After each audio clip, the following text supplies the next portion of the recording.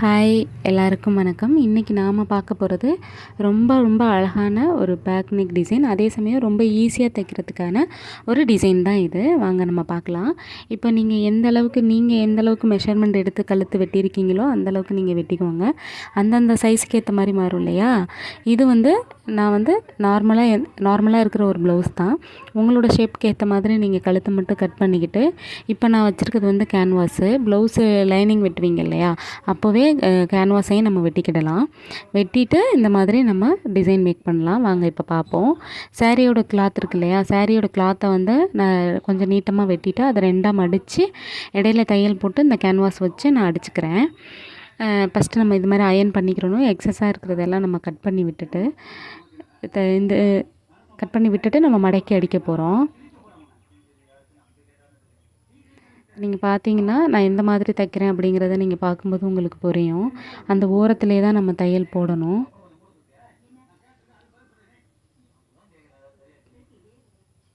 இந்த வளைவுகள் இருக்கு இல்லையா? இந்த இடத்துல மட்டும் நம்ம தைக்கும்போது கொஞ்சம் பார்த்து கவனமாக தான் நம்ம தையல் போடணும். ஏன்னா அந்த இடத்துல சொதப்புனா ஒரு மாதிரி கொச கொசன்னு வந்துடும்.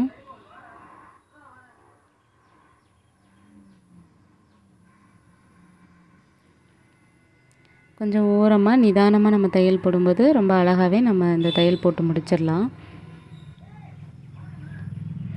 ப்ளவுஸோட அகலமும் உங்களுக்கு ப்ளவுஸோட சைஸை பொறுத்து. ஏன்னா கொஞ்சம் பெருசாக இருந்துச்சுன்னா அதை நம்ம கொஞ்சம் அகலப்படுத்தி நம்ம வைக்கலாம். சின்னதாக இருந்துச்சுன்னா சின்னதப்படுத்தி நம்ம வைக்கலாம். பார்த்திங்களா? அவ்வளோதான், நம்ம முடிச்சிட்டோம். இப்போ இதுக்கு பிறகு இது மேலே நம்ம வைக்கிறதுக்கான சின்ன சின்ன டிசைன் நம்ம எப்படி தயார் பண்ணி இதில் வைக்கிறது அப்படிங்கிறத நம்ம பார்ப்போம். இப்போது இந்த குட்டி குட்டியாக இந்த மாதிரியான டிசைன் எப்படி நம்ம இது மடிக்கிறது அப்படிங்கிறதுக்கான வீடியோ போட்டிருக்கேன். இதுலேயுமே காமிக்கிறதுனால தான் ஃபுல்லாக காட்டலை. ஏன்னா ஃபுல்லாக நான் மடித்து தைக்கிற வரைக்கும் காட்டினோன்னா கொஞ்சம் ஒரு 10 நிமிஷம் இந்த மாதிரி ஆகும் இல்லையா? ரொம்ப நேரம் ஆகாது. இந்த மாதிரி வெட்டி தைக்கிறதுக்கு ஒரு 5 நிமிஷம் 10 நிமிஷம் ஆகும். அதனால தான் இதோட நம்ம எப்படி தைக்கிறது அப்படிங்கிறதுக்காக மட்டும் நான் காமிச்சிருக்கேன். ப்ளவுஸ் இது சாரீ ப்ளவுஸோட துணி. சாரியோட துணியை தான் நான் நம்ம இப்போ கேன்வாஸ் வச்சு பிரட்டியிருக்கோம் இல்லையா? அதுக்கு நம்ம யூஸ் பண்ணியிருக்கோம். இது ப்ளவுஸோட துணி. உங்களுக்கு சாரீ கொடுக்குறப்போ சில பேர் கான்ட்ராஸ்ட்டாக இருக்கும் இல்லையா? அந்த மாதிரி கொடுக்க சொல்லுவாங்க. சில இதில் எப்படி உங்களுக்கு எது மாதிரி தோது இருக்கோ அந்த மாதிரி நீங்கள் பார்த்துக்கிட்டு இந்த மாதிரி குட்டி குட்டியாக நீங்கள் வச்சு கூட தைக்கலாம். சில பேர் கோல்டன் கலர் கூட வச்சு தைப்பாங்க. அந்த மாதிரியும் கூட நீங்கள் ஈஸியாக தைச்சிக்கிடலாம். இப்போ எக்ஸஸாக இருக்கிறதெல்லாம் நம்ம கட் பண்ணி எடுத்து வச்சுக்கிறணும். கட் பண்ணி எடுத்துகிட்டு அந்த நம்ம இதில் லாங்காக தையல் போட்டிருக்கோம் இல்லையா? எல்லாத்தையுமே நம்ம குட்டி குட்டியாக சின்ன சின்ன ரோஜா இதழ் மாதிரி குட்டி குட்டியாக இருக்கிறத நம்ம கட் பண்ணி எடுத்துக்கிடணும். இப்போது ப்ளவுஸோட பின் சைடு லைனிங்கையும் ப்ளவுஸும் வச்சுருப்போம். லைனிங்கையும் துணியையும் சேர்த்து தைச்சிருப்போம் இல்லையா? அதோட பின் சைடு வச்சு நம்ம இதை எப்படி பெரட்டுறது அப்படிங்கிறத பார்க்கலாமா?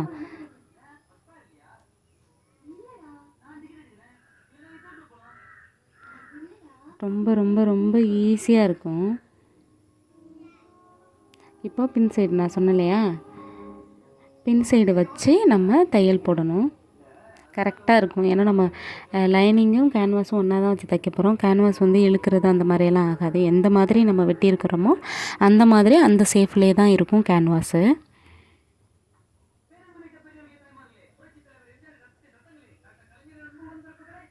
பார்த்திங்கன்னா அதிலேயே அப்படியே நம்ம வச்சு தைக்கணும்.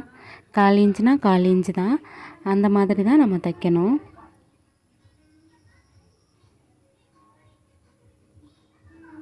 இந்த மாதிரி நீங்கள் செய்கிறப்போ ரொம்ப ரொம்ப ஈஸியாகவும் இருக்கும். இந்த கேன்வாஸ் வச்சு அடிக்கிறதுலேயே நம்ம வேறு மாதிரி எப்படியெல்லாம் ஈஸியாக தைக்கலாம் அப்படிங்கிறதுக்கான வீடியோஸ் நான் போட்டிருக்கேன். என்னோடய ப்ளேலிஸ்ட்டில் நீங்கள் போய் செக் பண்ணி பாருங்கள். ப்ளவுஸோட பேக் நெக் டிசைன்னு நிறையா வீடியோஸ் நான் போட்டிருக்கேன். அதில் நீங்கள் போய் செக் பண்ணி பார்த்துக்கிடலாம். அந்த வளைவுக்கிட்டலாம் கொஞ்சம் கொஞ்சமாக அந்த தையல் கட் பண்ணுறோம் இல்லையா? அது பார்த்து கட் பண்ணணும். இல்லைனா தையலில் விழுந்துருச்சுன்னா திருப்பி அடிச்சுட்டு நம்ம பெரட்டுற மாதிரி இருக்கும். இப்போ அப்படியே பெரட்டி விட்டுக்கிடலாம்.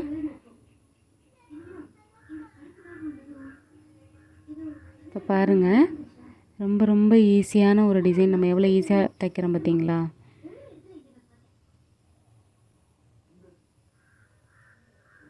இந்த மாதிரி டபுள் கலராக இருக்கிறப்போ நல்லாயிருக்கும்.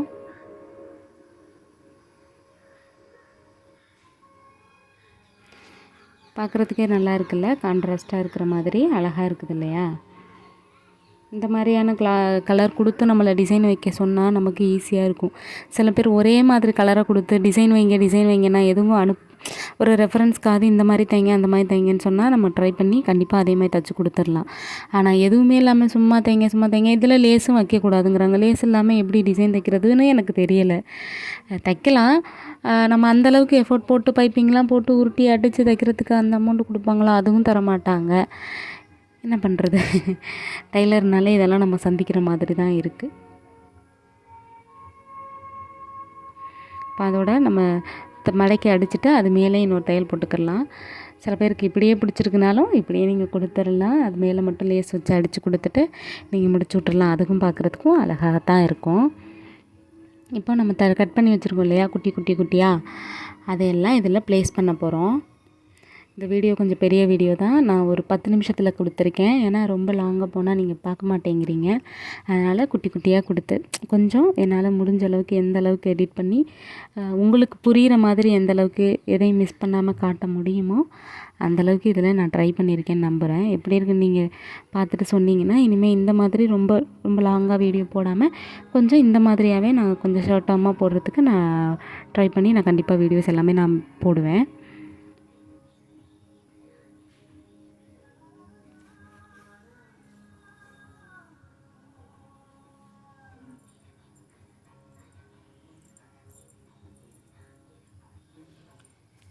இந்த மாதிரி குட்டியாக இருக்கு இல்லையா, நம்ம இதே மாதிரி அந்த தையல் போட்டோம்ல அதுலேயே நம்ம வச்சு அப்படியே தைக்க வேண்டியதான்.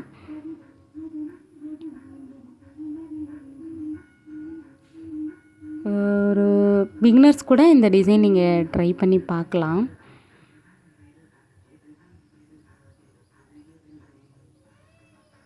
அழகாக இருக்கும் நீங்கள் பார்க்குறதுக்கு. இந்த மாதிரி தைச்சிட்டு போட்டுட்டு பார்த்தீங்கன்னா பின்னாடி அழகாக இருக்கும்.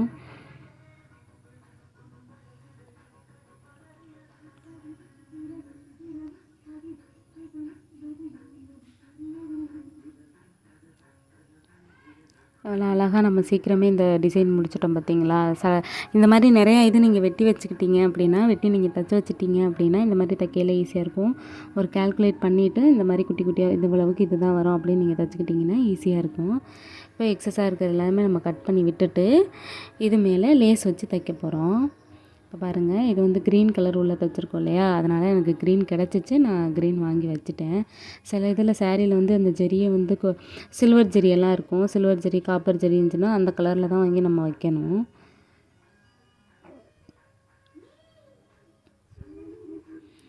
ஒருத்தவங்க கமெண்ட்டில் போன ப்ளவுஸு பேக் நெக் டிசைனை பார்த்துட்டு நீங்கள் வைக்கிற லேஸ் நல்லாயிருக்கு, இந்த லேஸ் எங்கே வாங்குனீங்க அப்படின்னு சொல்லி கேட்டிருந்தாங்க. நான் எல்லாமே எங்கள் ஊர்லேயே தான் வாங்கிக்குவேன். திருமயத்திலே வாங்கிக்குவேன் நான் ஒரு சில நேரம். புதுக்கோட்டையில் நான் வாங்கலாட்டியும் திருமயத்தில் தான் நான் லேஸ் வாங்கிக்குவேன். அப்போதைக்கு புதுசாக என்னென்ன மாதிரி வருதோ அந்த மாதிரி லேஸ் கேட்டு தான் நான் வாங்குவேன். பழசு ரொம்ப அதிகமாக வாங்க மாட்டேன். அழகாக இருக்கு இல்லையா? இப்போது இன்னொரு தையல் நம்ம போட்டு முடிச்சுக்குவோம். இதுலேயே இன்னொரு தையலும் நம்ம போட்டு பார்க்குறப்போ நல்லாயிருக்கும்.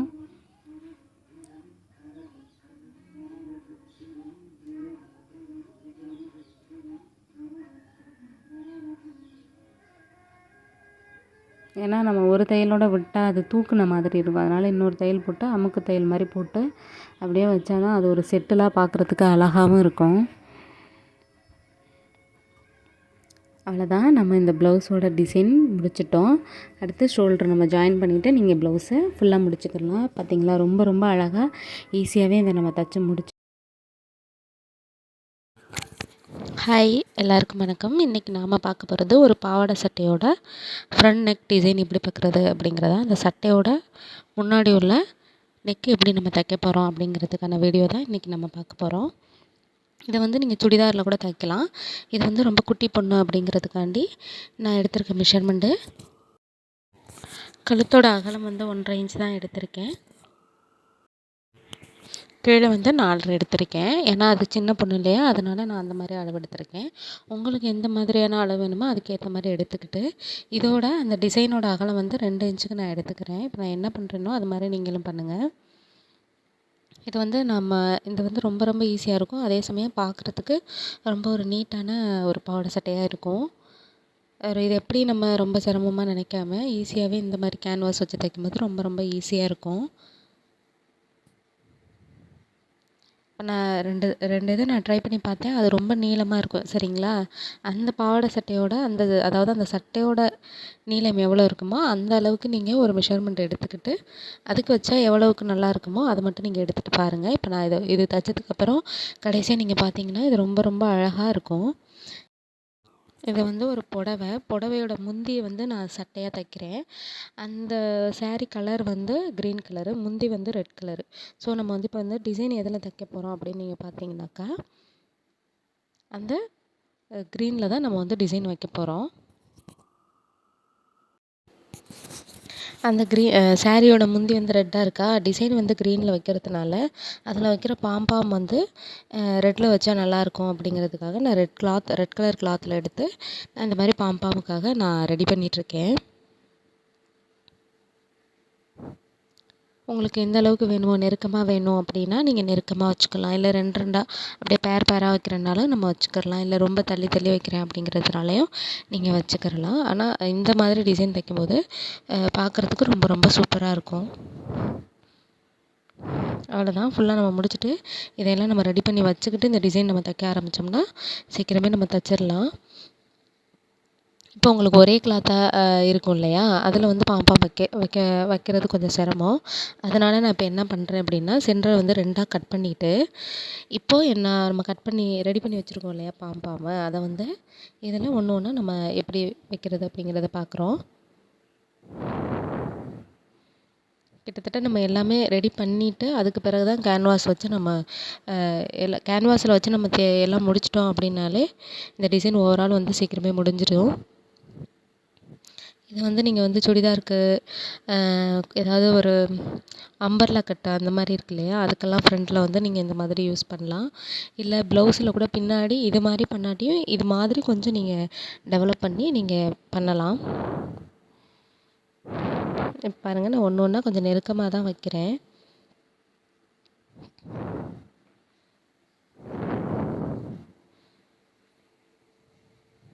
கொஞ்சம் இந்த மாதிரி வச்சுட்டு கொஞ்சம் ஃபஸ்ட்டு தைக்கும்போது கொஞ்சம் சிரமமாக இருக்கும். இல்லை நீங்கள் ஒன் சைடு அந்த குதிரை வந்து ஒன் சைடாக வச்சு கூட நீங்கள் தைக்கிறதா இருந்தாலும் தைக்கலாம். இப்படி தைக்கும்போது ஈஸியாக தான் இருக்கும். ஏன்னா நம்ம வந்து அந்த பாம்பாம் ரெடி பண்ணுறது வந்து தெர்மாக்கோல் பால் இருக்கு இல்லையா, அதில் தான் நம்ம ரெடி பண்ணுறோம். ஸோ அதனால் வந்து ரொம்ப இதெல்லாம் ஆகாது. எக்ஸஸாக இருக்கிறத நம்ம கட் பண்ணி விட்டுக்கிடலாம். இப்போ இன்னொன்று எடுத்து வச்சுருக்கோம் இல்லையா, அதை வந்து இதோட நம்ம தைச்சிட்டு பிரட்ட போகிறோம். ஏன்னா இந்த மாதிரி நீங்கள் தைக்கும்போது எந்த இடத்துலையும் பிசிறோ எதுவுமே தட்டாது. அதே மாதிரி ரொம்ப போட்டு நம்ம குழப்பிக்கிட்டு இருக்க தேவையில்லை. ரொம்ப ரொம்ப ஈஸியாக இருக்கும்.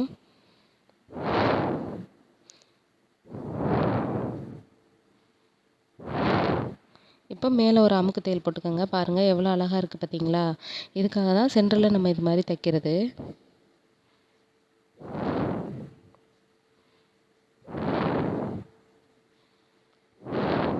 இப்போ அந்த மேலே நம்ம அமுக்கு தையல் போடுவோம்ல, எப்போதும் மற்ற எல்லாத்துக்கும் நம்ம எப்படி அமுக்கு தையல் போடுவோமோ அந்த மாதிரி அமுக்கு தையல் போட்டுட்டு சைடில் வந்து இந்த மாதிரி மடித்து விட்டுக்கோங்க. ஏன்னா நீங்கள் இப்படி மடித்து விடாமையும் நம்ம தைக்கலாம். ஆனால் கொஞ்சம் பிசிறு எதுவும் வெளியே கொஞ்சம் நாளைக்கு அப்புறம் துவைச்சிட்டு நம்ம வாஷ் பண்ண கொஞ்சம் வெளியில் தெரியறதுக்கு வாய்ப்பு இருக்குது. அதனால் இந்த மாதிரி நீங்கள் கொஞ்சம் உள்ளே திணிச்சு விட்டுட்டு, அதாவது மடக்கி மடக்கி நம்ம தைச்சிக்குவோம். கேன்வாஸோடு தைக்கும்போது இந்த மாதிரி வளைவுகள்லாம் தைக்கிறது கொஞ்சம் ஈஸியாக தான் வரும். ஃபஸ்ட்டு நம்ம ஒரு மெஷர்மெண்ட் எடுத்துருந்தோம் இல்லையா, 1.5 4.5 அகலம் 1.5 நீளம் 4.5 எடுத்துருந்தோம்ல, அந்த சைஸ்க்கு நான் கட்டியிருக்கேன் பாருங்கள். ஃபஸ்ட்டு நான் கட் பண்ண அதே கேன்வாஸ் தான். கொஞ்சம் அந்த வளைவுகள்ட்டலாம் கொஞ்சம் மடக்கி மடக்கி கொஞ்சம் பார்த்து நிதானமாக தைச்சிட்டிங்கன்னா இந்த சைடு நீளமாக வரப்போ ஒரே மாதிரி மடக்கிட்டு நம்ம டக்குன்னு தைச்சிடலாம்.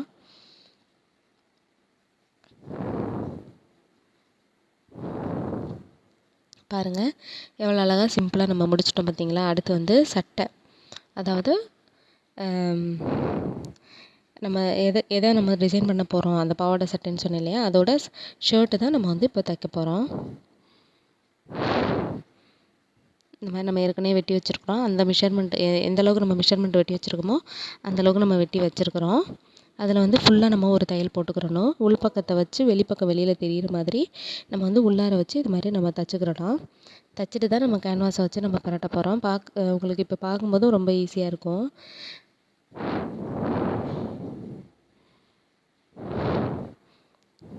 அவ்வளோதான். நான் வந்து கொஞ்சம் வேகமாக தான் இதெல்லாம் நான் இந்த ப்ராசஸ்லாம் கொஞ்சம் வேகமாக தான் இதில் வந்து காட்டியிருக்கேன். இப்போ வந்து நம்ம சென்ட்ரு பாயிண்ட்டை நம்ம எடுத்துக்கிறணும். இதில் சென்ட்ரு பாயிண்ட் எதுன்னு நம்ம பார்த்துக்கிடணும். இந்த சென்ட்ரு பாயிண்ட்லேருந்து நம்ம 1 1/2 எடுத்தோம் இல்லையா, அதை நீங்கள் மார்க் பண்ணிக்கிடணும். பாருங்கள், இதுலேயும் சென்ட்ரு பாயிண்ட் எடுத்துக்கோங்க. இதில் சென்ட்ரு பாயிண்ட் எடுத்தும் நீங்கள் இது பண்ணலாம். இல்லாட்டி இந்த வளைவில் நம்ம அப்படியே வெட்டியிருக்கோம் பாருங்கள், அதோடு நம்ம கட் பண்ணிவிட்டு கூட நம்ம மார்க் பண்ணி தைக்கலாம். அந்த மாதிரியும் நான் வீடியோஸ் போட்டிருக்கேன். என்னோடய பழைய வீடியோஸில் நீங்கள் போய் பாருங்கள். இப்போது பின்னாடி வந்து இதோட ஃப்ரண்டை வச்சுட்டு டிசைனோட ஃப்ரண்டு நம்மளோட சட்டையோட பேக் சைடு இப்படி வச்சு நீங்கள் தைச்சிட்டு பெரட்டி தான் நம்ம தைக்க போகிறோம். ஃபினிஷிங் பார்த்திங்கன்னா செம்மையாக இருக்கும்.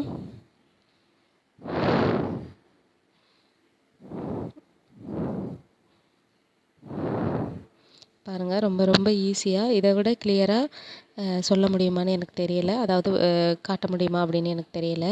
ரொம்ப ரொம்ப ஈஸியாக ரொம்ப ரொம்ப சிம்பிளாக அதே சமயம் வந்து நம்ம வேலையும் நமக்கு குறைக்கிற மாதிரியான ஒரு டிசைன் தான் இது. இப்போ அப்படியே நம்ம திருப்பி விட்டுக்கிடலாம்.